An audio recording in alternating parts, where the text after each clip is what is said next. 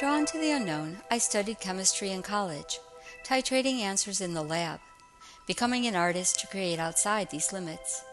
Like scientists, I seek new ways to explain our place and manifest the most complete understanding of my world in each work I make, offering new ways of knowing.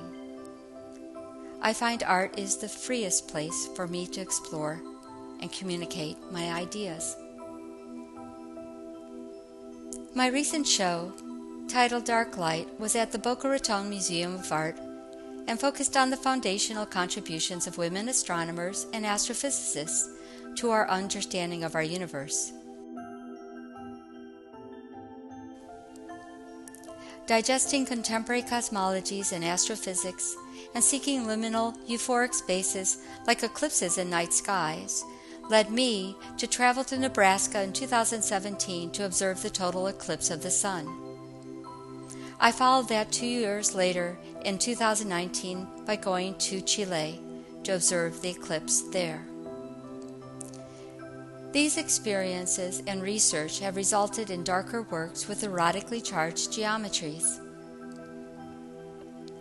As part of this project, I created a suite of 7 copperplate etchings housed in a laser-etched acrylic box. Part of this exploration was to work in printmaking, a new medium for me, as well as to explore more contemporary forms of making, such as laser etching. Each print I make is comprised of 3 copperplate etchings printed on one piece of paper, and each print honors a woman astronomer, reflecting their amazing contribution to our understanding of our universe. The top print is Aranea, the Muse of astronomy. It is the print that gathers together this web of information and women and reflects the human history of imagining and mapping the heavens. Maria Mitchell was an astronomer and educator. She discovered a comet later named in her honor, Miss Mitchell's Comet. Henrietta Swan Leavitt worked as a Harvard computer at the Harvard Observatory and determined Leavitt's law. Leavitt's law describes the relationship between period and luminosity of Cepheid variables. Anti-jump cannon was pivotal to the development of our contemporary stellar classification system. Cecilia Payne-Gaposchkin's 1925 doctoral thesis showed stars were composed primarily of hydrogen and helium. Vera Rubin did the pioneering work on galaxy rotation and changed the way we think of our universe by showing galaxies are mostly dark matter.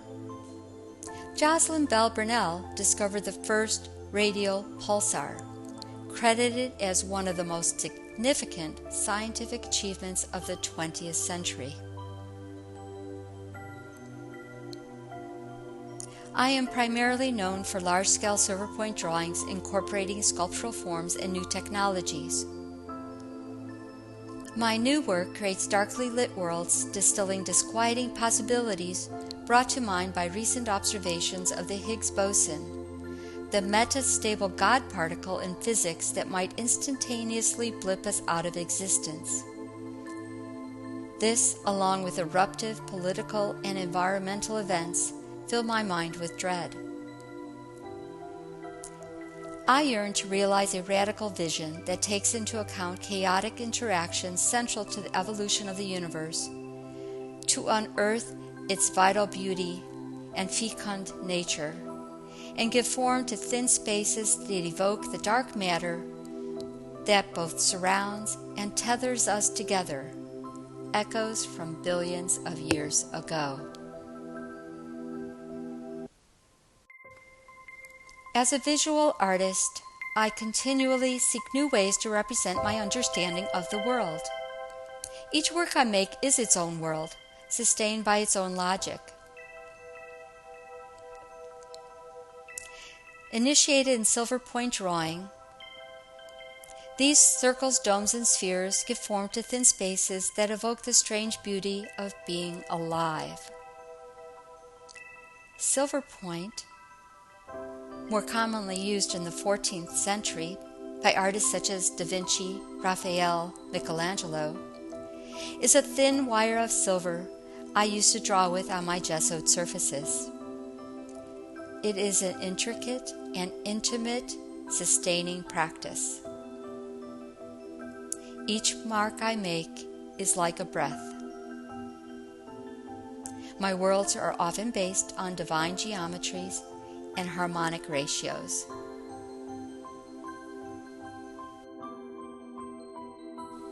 My studio is constantly reconfigured and changes due to the projects moving through. My work has involved many materials and forms, like fiberglass and video, ceramic, even glass.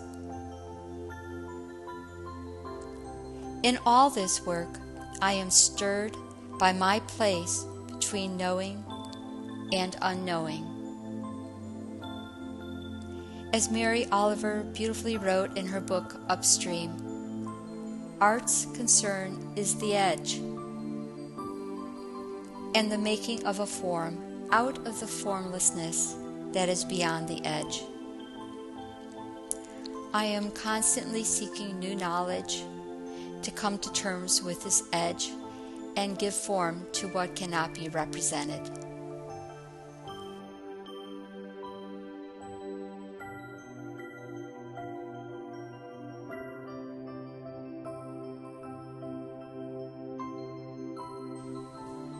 This led me to my newest series of work, titled Spooky Action, comprised of 6 drawings done in ink, graphite, and acrylic paint on Yupo paper.